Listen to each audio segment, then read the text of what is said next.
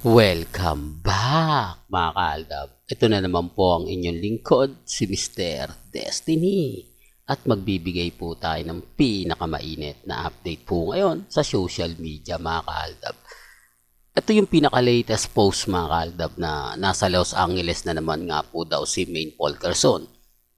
At ginamit pa po niya si Madam Ruby Rodriguez mga kaaldab. Halatang-halatang si Alden naman po yung mukha na inedit-edit lang po. Di po ba? Sabi ko nga po sa inyo kung mapapansin nyo po. Di po ba? Yung leego. Di po ba? Kung ikukumpara. Sabi ko nga po sa inyo. Hindi ko alam mga kaaldab kung ano na naman po bang naisip ng mga R-Main at main fanatics pati si Ma'am Ruby. Ginagamit po nila. Yung iba kasi nagsasabi na nasa Las Vegas si Mengay. Tapos ngayon nasa Los Angeles, magulo di po ba? At mas gugulo kayo dito. Ito yung kung titignan nyo mga kaalda ba, yung social media account ni Mengay, wala po siyang update. Yung social media account ni Congressman Spotted. Di po ba? Tignan nyo yung mukha dito ni Congressman. Akala nyo vampira, nasabog yung ilong. Di po ba? Tignan nyo po yung tattoo, nabura na. Ganyan po ba yung tattoo ni Mengay? Dito pa lang halatang halata na eh. Di po ba? Tweety Bird po ba yan? Nakikita nyo? Parang sa bagay mga kaldab, sabi ko nga po sa inyo, mahirap po talaga makipaglaban sa mga R-Main at main fanatics. Gaya po ni Alden Richards na kawawang kawawa. Di po ba? Lahat na lang ng ginawa ni Alden, kumbaga, mali.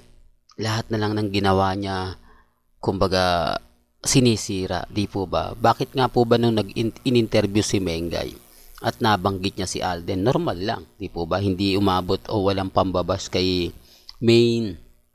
Kumbaga, katulad nga po nung sinasabi na kumbaga wala silang relasyon ni Alden, kahit sa alam naman namin na totoo, di po ba? Yung iba nakapag-comment pero hindi po ganun katindi. Hindi po ganung talagang masasakit, maanghang, di po ba?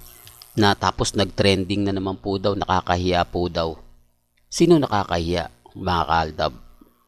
Sa tingin po ninyo? Ito sinasabi ko lang po ito para po sa kaalaman ng lahat, para lang po sa mga taong dumadaan at bumibisita sa channel natin. Sabi ko nga po sa inyo dito po sa channel ni Mr. Destiny, 101% updated po kayo. Ano man po yung mga nababasa ninyo, nakikita po ninyo, napapanood po ninyo, relax lang, di po ba?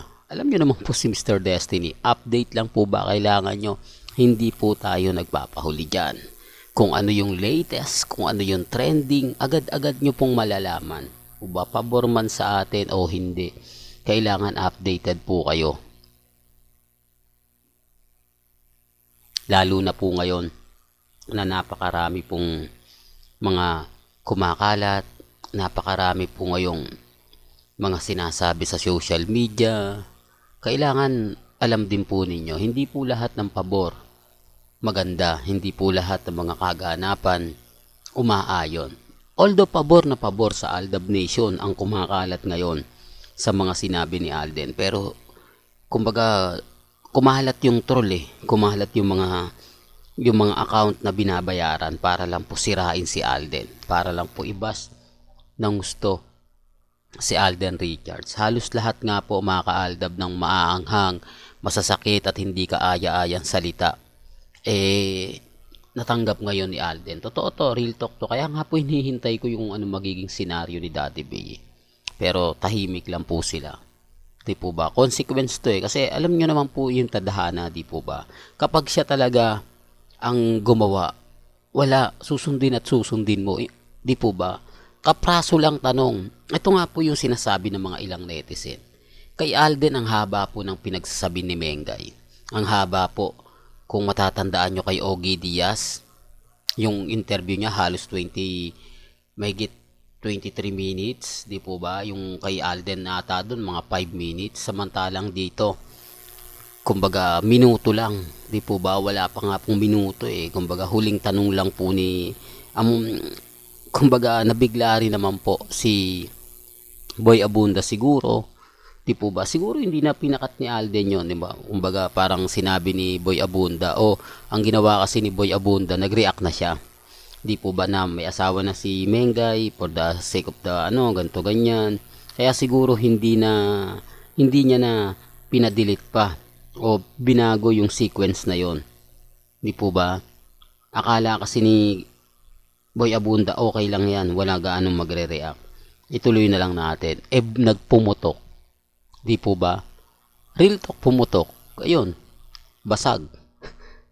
Basag ang Armin at mga main fanatics. Kaya nga po gigil na gigil sila. Kaya nga po gumawa na naman po sila ng napakaraming troll. Nagbayad na naman po sila para lang siraan, para lang pagpiestahan si Alden. Di po ba? Kaya ako, may kanya-kanya tayong opinion. May kanya-kanya tayong pananaw. Ang sa akin lang po, kung ano lang po yung latest, kung ano lang po yung trending, dun lang po tayo. Yun lang naman po yung importante sa mga nagsasabi ng fake news ka, Mr. Destiny. Okay lang po yun. Nalulungkot lang po ako dahil nga po sa mga nangyayari kay Alden. Pero masaya pa rin po tayo kasi pinaglaban po. Ito yung sinasabi ko mga kaaldab na hindi po nila naintindihan. Akala po nila si Alden ang gagamit lang. Akala po nila mali yung mga sinabi ni Alden. Nagpatotoo lang si Alden Richards, nanindigan na siya. Kumbaga inilabas niya na yung kung ano yung totoo. Kaya lang yung feedback po talaga sa kanya, normal lang yung salitang paggamit. Kaya nga po nandito si Mr. Destiny. Kaya nga po nandito po ako para po ipaliwanag, para sabihin po sa inyo, di po ba, na ang mga sinabi ni Alden Richards talagang gusto niya na. Yung tipong kapag hindi mo siya nasabi, aatakihin ka. Di po ba? Kaya nga nagsalita siya ng hipokrito eh. Di po ba? Hipokrito ako kung sasabihin kong hindi. Di po, totoo naman po yung sinasabi niya eh. Kaya lang syempre, iba po kasi yung feedback dun eh. Iba po kasi yung naging senaryo. Di po ba? Alam nyo naman po social media. Syempre, Aldab, pag nakarinig kami ng ganyan, talagang pagpipiestahan namin. Po ba? Na normal lang po talaga na kitang-kita naman po sa social media na Aldab po talaga yung malakas. Aldab po talaga yung kumbaga masasabi nyong ganito ganyan. Po ba? Sinasabi ko lang po ito para po sa kaalaman ng lahat. Especially yung mga dumadaan po sa channel natin. Alam nyo naman po na may mga bagay-bagay na kailangan ko po itong ipaliwanag. Although marami magre-react. Nako, Mr. Destiny, dapat hindi mo na yan binabalita eh. Dapat hinahayaan mo na lang. Pero andun po kasi yung point na kailangan, di po ba? Andun kasi yung point na kailangan kong sabihin, kailangan kong ipaliwanag. Di po ba? Sinasabi ko lang po ito para po sa kaalaman ng lahat. Basta ako masaya kung ano po yung mga sinasabi ng iba, pinapaliwanag ng iba, okay lang po yan. Real talk mga kaaldab.